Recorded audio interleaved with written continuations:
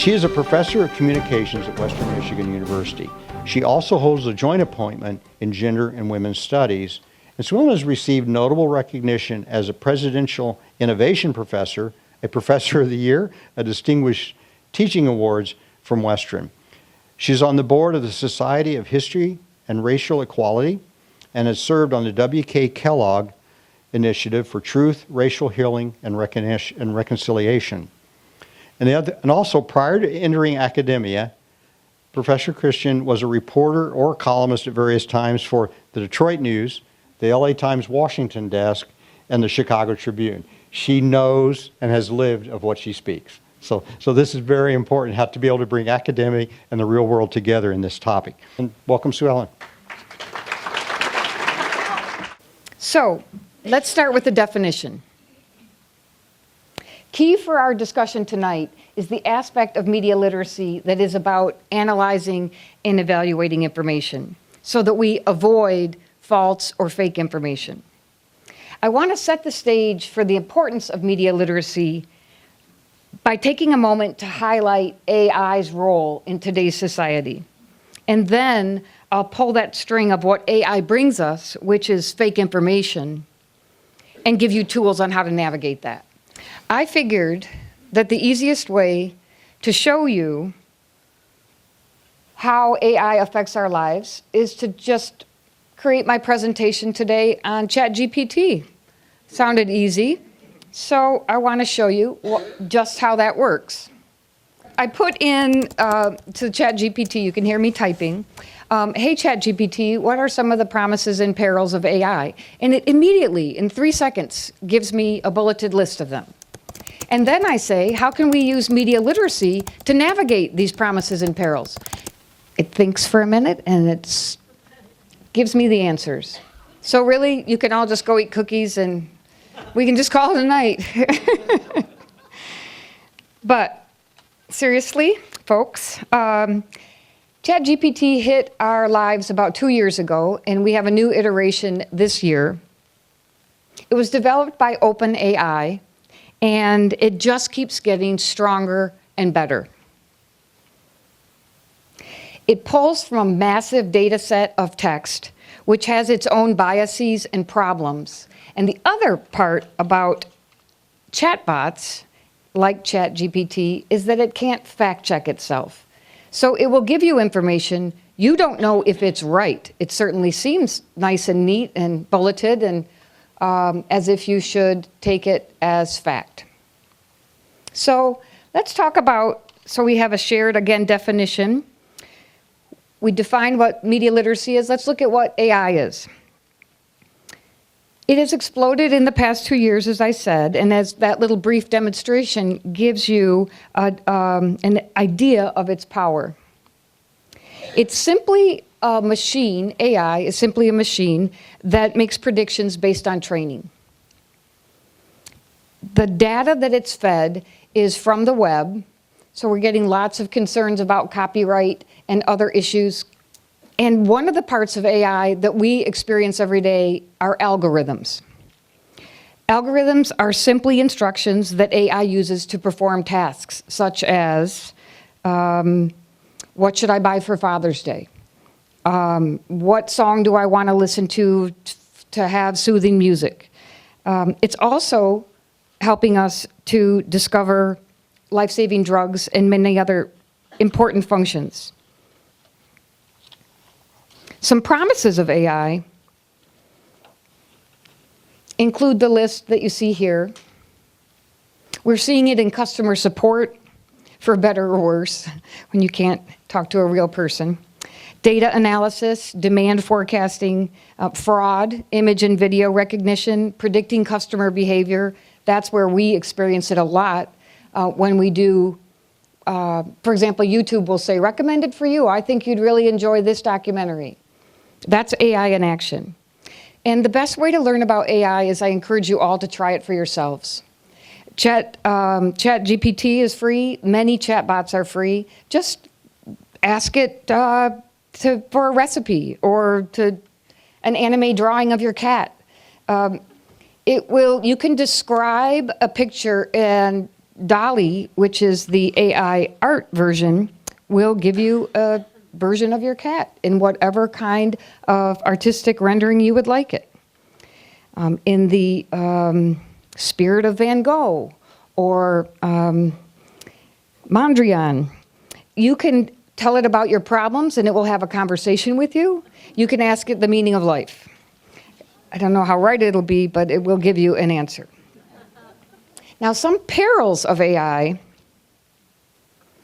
are that it will reduce the need for humans in our workforce and in other parts of our lives. It reinforces existing biases, and biases that are embedded in the scraped content are then promulgated when people access a chat box. I think it's going to make more efficient work, but not less work, which is an important point. It's not inherently ethical. It's not creative. It has no emotion or empathy, although it knows to use emotional words because it's been trained on human language. Some of the unknowns of AI are listed here. There's so much that we don't know yet. For example, why do we get some data suggested to us in a search over other data? Yes, it partly depends on what we've liked in the past, what the computer, what our server has learned from us, but partly it depends on the algorithm. We don't know as users how algorithms are built and how biases are built into them. So we have a lot of unknowns about AI, and in particular about information, which brings me to the heart of our conversation today. Who owns the information? What's done with it? How is it collected? As users, there's much we don't know when it comes to artificial intelligence. And one of the most prevalent ways that we have experienced artificial intelligence and information are deepfakes. Deepfakes are images or audio that have been digitally manipulated to replace a person's likeness or voice with another. Here's the Pope in drip. This went viral because folks thought it was funny. As you can imagine, sometimes content goes viral and it's not funny at all. It's scary, it's alarming, it's upsetting. The most problematic deepfakes spread disinformation and hate speech. And deepfakes pose a serious threat to privacy and security. Here's another example of a deepfake, this time not an image, but a video. Evening, my fellow Americans. Fate has ordained that the men who went to the moon to explore in peace will stay on the moon to rest in peace. They will be mourned by their families and friends. They will be mourned by their nation. They will be mourned by the people of the world. Pretty good fake video in terms of if you're seeing this coming at you across your news feed. So let's talk about some tools to help you spot them. Well, with Richard Nixon, the contextual clues are part of it. This was a fairly recent video, so obviously we know that it's fake. When it comes to the Pope in a puffy combs jacket, we can again think about context. What's the likelihood? But it can get much more confusing. You might remember that the Kate Middleton, I don't know what her royal title is, but she got into some hot water because she did some photoshopping of her family picture. And it actually was a great example of many of the things that happen when we see deepfake images and videos. Oftentimes fingers and hands are odd. You'll have extra fingers or misshapen, two hands of a different size, particularly earrings and ears. Blinking in a video will be odd or not at all. I wanted to put the source on here in particular because I think it's interesting that the federal government is also providing, they are very much concerned about deepfakes for a variety of reasons, and one of them is the chaos in our information system and how bad actors can use deepfakes to interrupt a fair election, to confuse us about whether there is in fact someone on the ballot or not, by using a likeness of someone's voice. When it comes to audio, and we saw this with Joe Biden in a primary, it was a deepfake robocall audio telling people, directing them somehow when it came to the election.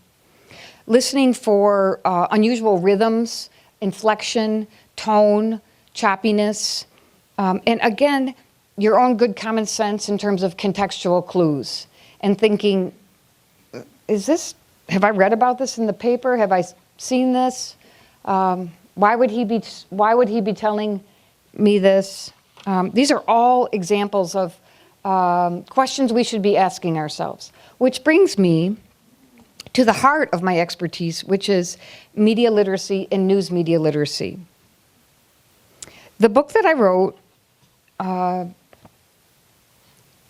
the first edition, was so compelling to me in the sense of the content. As a former journalist,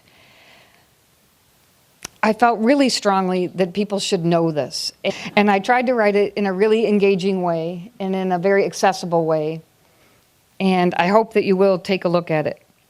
That being said, it led me to create a museum exhibit at the Kalamazoo Valley Museum.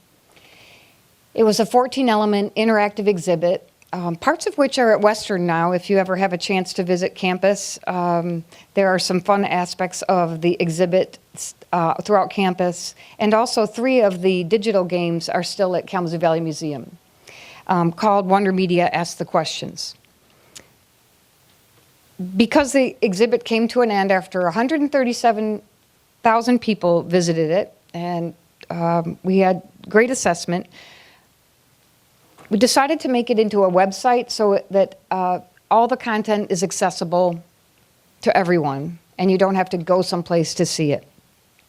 And the reason it has the library on it is because I partnered with public libraries in Michigan and the Library of Michigan to create content that is easily accessible to library patrons from 10 years older and up. There are many topics on the site. The card that I created that you all have, thank you. That card I created, this tells you a little bit more about the site, and these are the various games and learning modules that are on the website. One of them is deepfake video, and it's an explainer about how deepfake videos are made. It's really interesting. It's just about 5 minutes. I really call your attention to that. The idea being you're trapped in a message of lies and deception, and you have to escape by using media literacy skills. Some of the informational implications of AI, social media has already put society into a mode of informational chaos. AI and its promises and perils and vast uncertainty are stepping into an already turbulent information ecosphere. There's distrust of information. We all feel it. Is this true? Is this not? You just speaking, casually before I took the stage. There is an anxiety about whether something is real or fake, true or false, and for what is called the liar's dividend. The liar's dividend is when candidates and elected officials and their proxies deny truthful content that puts them in a bad light. They claim, oh, that's a deep fake. Oh, that's fake news. It's AI generated. So they falsely claim that legitimate video and audio is fake. You can appreciate the level of chaos that we all are dealing with, and the liar's dividend is a direct result of that. Think about the smartphone we all have. It is part of our lives. Technology arrived, and it has changed, certainly for the digital native generation, everything from how they wake up to how they spend their time. Contemporary researchers say computer technology and increasingly AI have fulfilled the prophecy that Franklin talked about. They believe Silicon Valley has become such a financial titan that companies may not be able to step back and really look at the relationship between technology and society unless policy enforces it. Right now, tech companies are not actively and robustly social media feeds and our news feeds for fake and deep fake information. It's there, it's not robust enough. A lot gets through. Lawmakers are quite divided on how far to go in regulation, and regulators such as the FTC and the FCC, the Federal Communication Commission, are not at pace with the sophistication of the technology. If someone is really adept at AI, they are not going to go work for the federal government in regulation. They are going to go make a lot more money in Silicon Valley. And that is one of the problems of regulating. So let's talk about what we can do. And we're the last bullet point on there. We're the users. And this is why I love media literacy, because it gives me a framework when lawmakers and tech companies and regulators are failing me. There's something I can do. It's not foolproof, but it is a set of tools, which I hope I've set the scene well enough that now we can jump in to this information world that we're living in that includes misinformation. Why do people believe it, including me and you? First of all, we're in a hurry. We're scanning. We have a lot of information coming at us. And unless you really want to make sure you get something right, for a lot of us, we just look at the news article or the headline and move on. We process things emotionally. The number one reason why we share a social media post is because it makes us angry. It plays into our biases. You've probably heard the phrase, the confirmation bias. That's our tendency to search for, interpret, and recall information that supports our existing beliefs. And certainly as a journalist, I can appreciate the idea that we search for information that confirms our beliefs. Think about your news choices. Think about where you go for news. You are looking, oftentimes, if you are the average news consumer, for information that aligns with the way that you see the world. We also have a lack of tools to assess all kinds of information. And sometimes we believe things because there is an element of truth to it, except for the Pope picture. I don't think there's any element of truth to that. Fake news. I hate the word. It's not news at all. Fake news is propaganda. It's false information meant to deceive. A better phrase is fake content, false information. It's not news. The impact of fake content is to increase public distrust in legitimate, honest news media. It ties with the liar's dividend idea. So why do people share it? Why do they share deep fakes, fake news? Sometimes they think it's correct. In fact, a remarkable number of people, study after study shows that when given disinformation, which is malicious content, purposely designed to trick us, we've swallowed the lie, and now we're sharing it thinking, I'm being helpful. People should know about this. We also share misinformation to show partisanship, to fly the flag, show our colors. We share misinformation to build credibility within a group. to build social capital, to create chaos and confusion. Some fascinating and very excellent research studies have been done for the 2016 election on the impact of the Russian research agency on creating social media posts and news that created confusion among the American electorate. Also, misinformation makes money. The more times that I can get you on my fake news website to click on something, like something, turn another page on my website, I can make more money from an advertiser. So there's a financial incentive, and to undermine the credibility of honest news media. So we have all had the experience. It's too bad it's not November, because for a lot of people who celebrate Thanksgiving, they're worried about being seated next to a crazy uncle or somebody who is going to tell them something in the utmost sincerity that is patently wrong. So I'd like to equip you with a few tips that, again, have been studied and repeated and is proven to be useful. First of all, stay calm. And as much as humanly possible, do not make fun of someone. Don't be sarcastic. Don't be belittling. In fact, lead with empathy.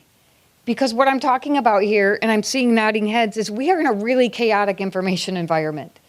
And so it's understandable that you might believe something that's wrong, meaning purposely wrong, maliciously wrong. It's hard to know who to trust. Then state the facts and give someone resources. Give them an evidence-based reporting site like Reuters.com, like the Associated Press. Something that's just nuts and bolts. Here's the facts, here's the documentation, here's a variety of sources. Share links whenever you can so that someone can go back and read and ponder this themselves on their own time. And keep it short. You are not going to change someone's mind, particularly if they have really swallowed whole a certain ethos or way of looking at the world. These are small bites that we're taking. There's a difference between inoculation and debunking. Debunking would be trying to talk someone out of that who already believes it. Inoculation is far, far more successful, which is what media literacy is. It's equipping you to know how to access good information, analyze it, evaluate it. Those are two different things. Evaluating it meaning, how do I personally, what's the value of this? What's the valence of this? And then to create your own media in that image. For example, you might create media by sharing it, by reposting it. Inoculation is far more successful than debunking. These are some of my favorite tools. First of all, try and access multiple viewpoints when it comes to news. Allsides.com does the work for you. It gives you left, right, and center. Groundnews.com does the same thing. It's a little bit newer. I'm not as familiar with it. You can get these on your phone as well. And one of the things that I like is you can also get an app on your phone that lets you know, hey, you've been reading too much of this side of the political spectrum. Let's mix things up by reading some from this side. We have a very, very binary political system. The Epoch Times is doing a lot of pushing for coverage in Michigan. They have billboards. I wrote a piece about them with a student of mine to help people evaluate who is this newcomer in town that says they're the most trusted news source? What does that mean, and who says? So one way to assess the reliability and bias within a site is mediabiasfactcheck.com, Ad Fontes. Both of these, as well as allsides.com, evaluate news sites. I encourage you to just look up some sites you're really familiar with. It will help you to know, like, oh, okay, I think they're pretty much right. Or, I don't agree. You be the decider of that, but these are some resources that are well worth looking at. Fact-checking websites, PolitiFact, factcheck.org, Snopes is more for rumors, gossip. All of these are very useful, though. For example, you could have found the Pope in a white puffy coat. Snopes had that fact-checked within hours. So anything that's national or of a big regional story, and certainly international, that is getting some traffic, the fact-checking folks will be on it. And they do some amazing things. I have taken their courses in service to my students, and there's some really extraordinary ways that you can geolocate where a photo is taken. Reverse image search, I think it's one of the most useful tools that's pretty simple, and it will just, again, if you're really bothered by something and you want to take the time to inspect it, a reverse image search is a quick way, if you don't see it in a fact-checking site, to get a handle on whether it's legitimate or not. And for videos, you can either take a screenshot of the video and put that in the reverse image search, or you can go to Amnesty International. But it has to be a YouTube video for that to work for you. So you might be thinking, wow, Sue Ellen, it's a lot. I like to leave you with at least, I'm not leaving you yet, you're not that lucky, but I like to give 3 simple, quick tips. Just internalize this. First of all, when we're talking about news and information, count the number of sources. Who says? Credible sources.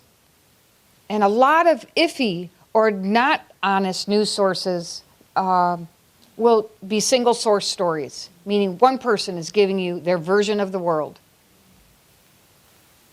Count the number of emotional words in the headline and the lead. I am a reader of many outlets, and even some of the most credible, I have been dismayed at the rise of hyperbolic words in headlines. Give me a break. Everything cannot be this alarmist. I just can't handle this level of emotion. So my other tip is read the story. It's remarkable. Only 6% of people who get their news from social media routinely read the story, count to 10 before you decide, I'm going to share this.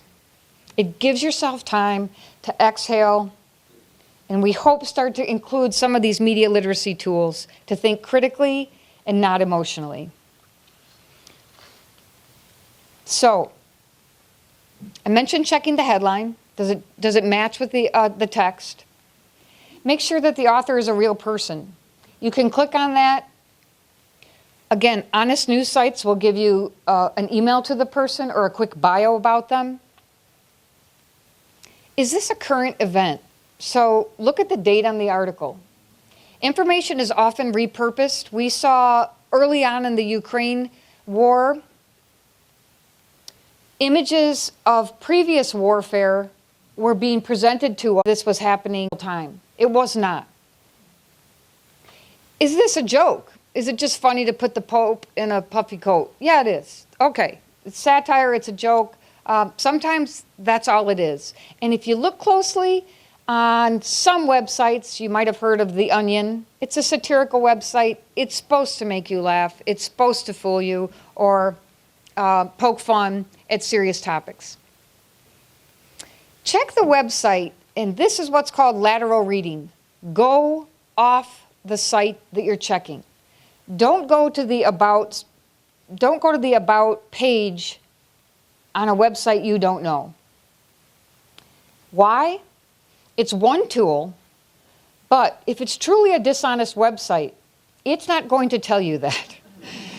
It's like asking somebody's mom, is he really a good boy? So let's go off the site and look what other sites such as Media Bias Fact Check, Ad Fontes, All Sides, and frankly, just other topic-based sites have to say about the website you're investigating. When you're back on the site, look for the way that it's funded. Who is supporting this enterprise? We've talked about checking the sources, meaning are they experts and how many are there? And then take a good look at the images. Are the images valid, real, timely, and as they are captioned to be? Half of the audience can see this handsome banner, but for those of you who can't, this is what it says. I think media literacy is so helpful in so many ways, way beyond just the media. Every message that we give is constructed. My speech is constructed. A Sunday sermon is constructed. Obviously, TV shows and movies, they're constructed. And they're constructed with a language that is creative. So we expect something from a horror movie. We expect scary music, shadowy lighting, other, people jumping around corners. How many of you have gone to a movie and walked out and said to your companion, I loved that movie, and they say, I hated that movie? That's different people understand and experience the same message differently. And I give a lighthearted example, but think about it with the American flag. For some people, that's become a very weaponized symbol, important patriotic symbol. Different people understand and experience the same message differently. And the American flag is a message. Media of all kinds, so we're books, billboards, the usual media, music, has embedded values and points of view. And that means that some people get included and some people don't. Some people's beliefs and values are prioritized in that message and others are subverted or excluded. And most of the messages that we come across in our busy lives are organized to gain profit or power. It can be good. It can be good profit. It can be good power. But that's the purpose of that message, to persuade you, I'm up here, I'm trying to get power by persuading you to be media literate citizens. I promised you I would show you how to do a reverse image search. Here are these poor National Geographic photojournalists being chased by a bear. First of all, we're just looking at it. All right, maybe. Let's isolate the image of the bear and do a reverse search image on it. So I took a picture of the bear.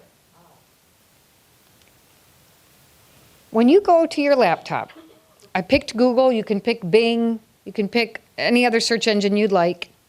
I picked Google because it's so prevalent. There's a little icon that has a camera on it. Click on that icon, and it lets you drop that image of the bear into the search engine. It'll tell you the other appearances on the internet of visually similar images or that image itself. So let me show you.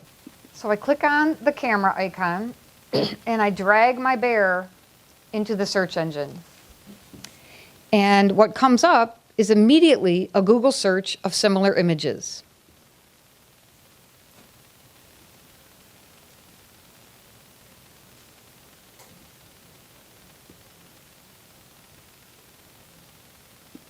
What I'm able to see is that this bear is easily available on the internet as a stock photo. And now I know that the National Geographic photojournalists are safe. For those of you who are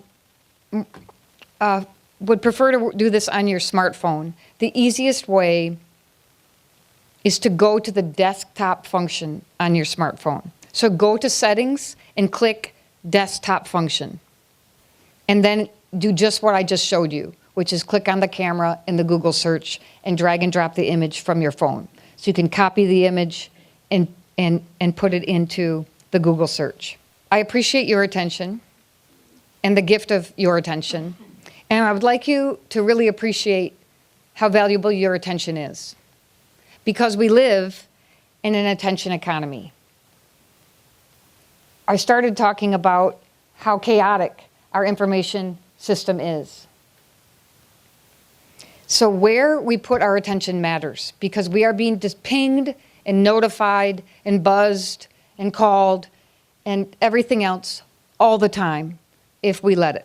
If we let our phones control our lives and other digital media. Americans are not giving their attention nearly as much as in years past to trusted news outlets that use evidence-based reporting. So fake information that we've talked about is getting a hold.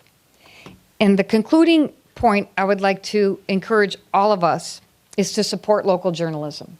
And before you groan and elbow your neighbor and say, but it's so bad, it's so bad. I'd like you to think about the number of communities that are a news desert, meaning they have no newspaper anymore. And who else is going to report on local officials, what's happening with your local tax dollars, if your local news outlet is gone? Who else will go to the city commission meetings except a print or digital reporter? Mainstream media and fact checkers are not going to help us. And the loss of local news has been shown to have real world impacts. Fewer people voting, fewer people running for elected office, such as mayor.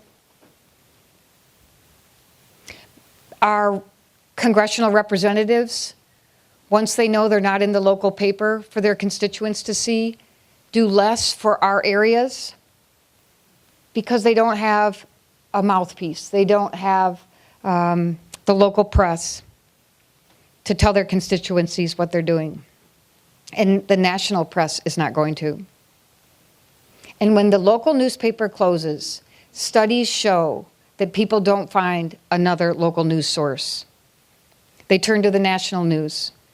And that leads to us voting for one party up and down the ballot instead of picking and choosing and being an informed citizenry because we're being served honest information. So let's talk about that. Honest news sources I know are hard to come by. But honest news sources are out there. And if you're lucky enough to have one in your area, support them. Even if it's a shadow of its former self. Make sure that they clearly mark if something is opinion or editorial or news or advertising. Honest news sources will do that. As local news consumers, we have to invest in information in our communities because no one else is doing it. So I've touched on a lot tonight, and I created a list of, by topic, of hyperlinks that you can find on wondermedialibrary.com. If you go to the resources page and scroll down to the very end and click on the blue button, you can download a 2-page document that has hyperlinks that will give you more information about AI, about media literacy, about deepfakes, and just some other tools.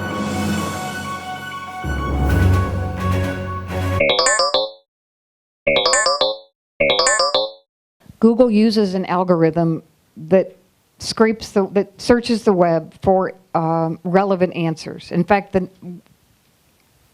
number one reason that you get a response from Google that's up high, if it's not sponsored content, meaning it was paid to be up high, is because it's relevant. But then it's really interesting. I have my students, I want you to search the same keyword as you. And what you'll find is Google has started to adjust to your preferences and your reading habits and your searching habits. So not all Google searches are the same.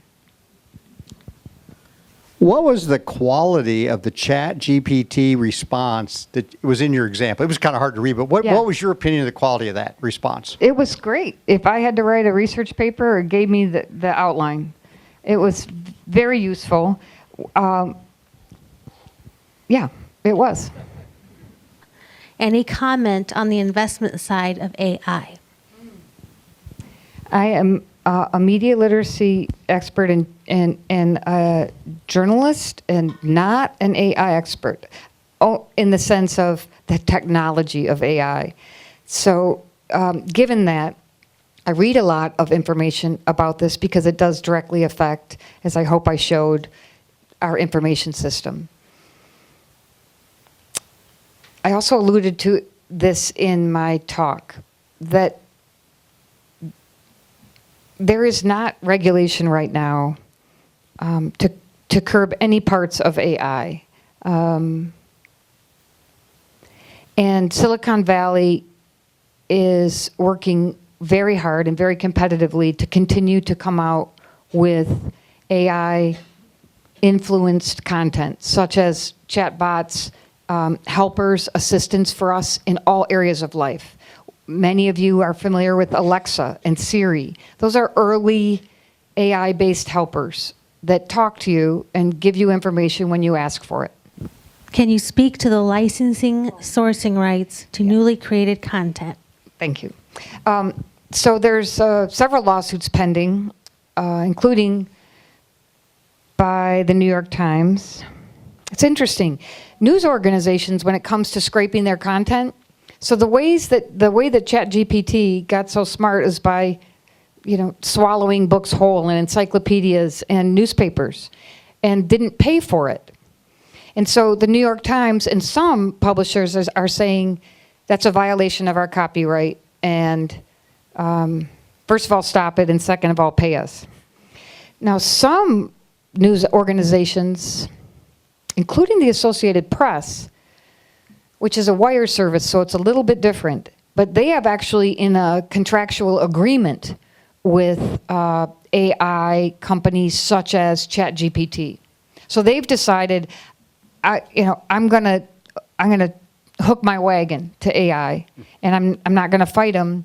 I'm gonna work with them and make money along the way. Other news outlets have decided, we want our content to be our content and to be paid for it. Otherwise, you can't use it. And so one of the ways that we're seeing technology companies work around it, Meta, which is formerly Facebook. Meta has an AI tool called Meta AI. And in Canada, Meta has been disallowed from, news organizations there have said, you can't use our content in searches. So what is confusing? What Meta has done instead is give that content through an AI, meaning through a chatbot.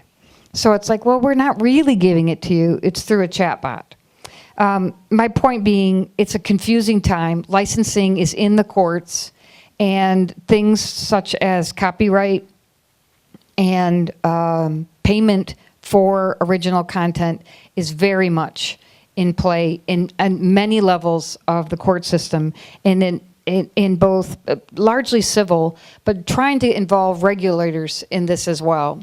About what can citizens do to ensure that they're getting accurate information about candidates running for office in 24 and voting times and places? So I think there's a concern that there might be some mischief around those. Yeah.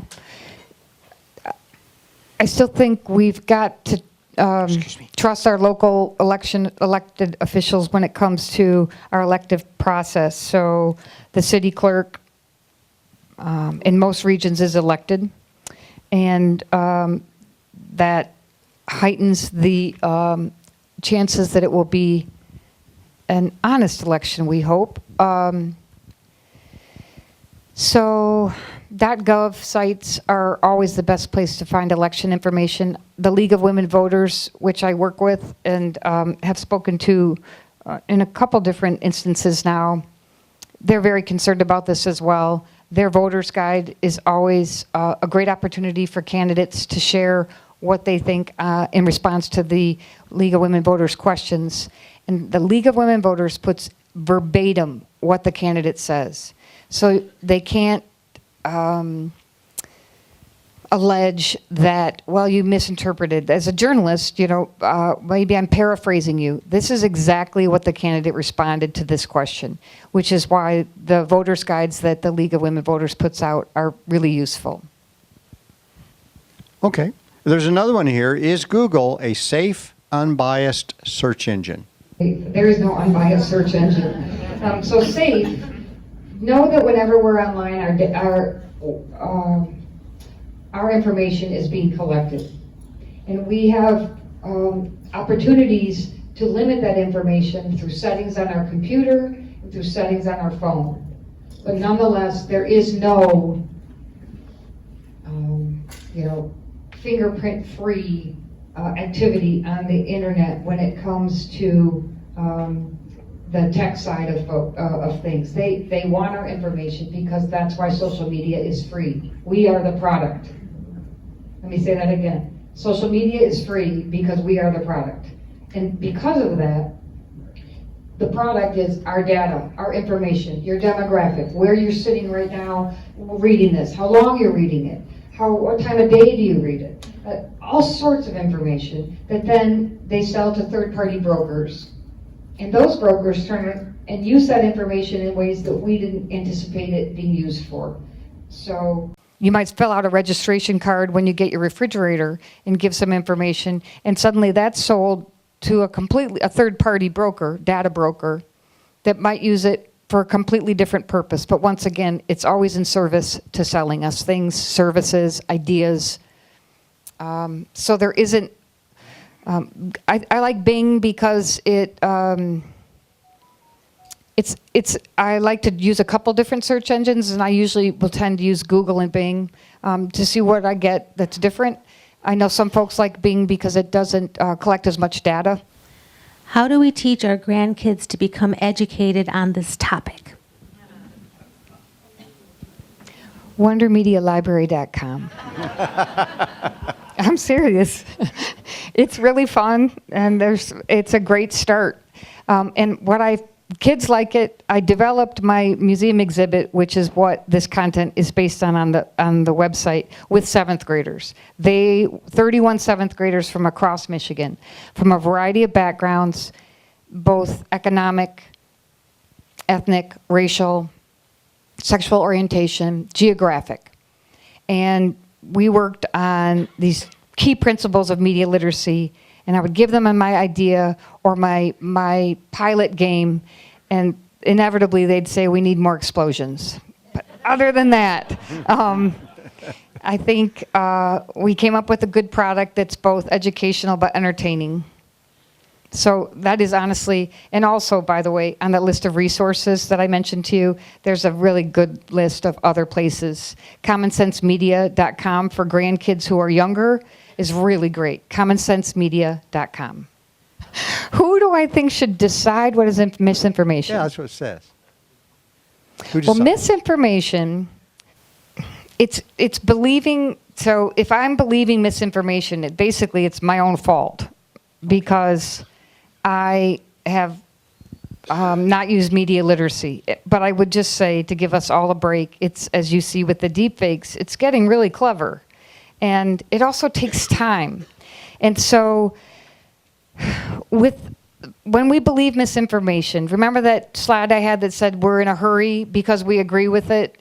It resonates with our beliefs. We want to show partisanship. We want to gain social capital.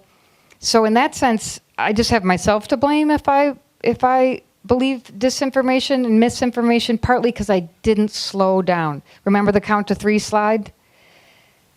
First of all, take a breath. Think critically, not emotionally. Wait 10 seconds if you really got to share it. And my parting words are, we're all tired, harried, have lots coming on us, and so at us. And I think one helpful thing is, if you really care about a topic, if you really care about a subject, then do the work on it. But you cannot do that all day long. It's just coming at you too frequently, and there's lots of hyperbole emotional language that can really set you off. And if we go through our days like that, we're not going to be effective communicators or consumers of information. So I think decide on, I sort of think to myself, today, this is the thing I'm going to dive into. This is the article, this is the topic, this is the event that, okay, I'm going to spend some time on, because I can't spend it on all of it. Thank you so much for your attention, and I have books out there if you want to take a look.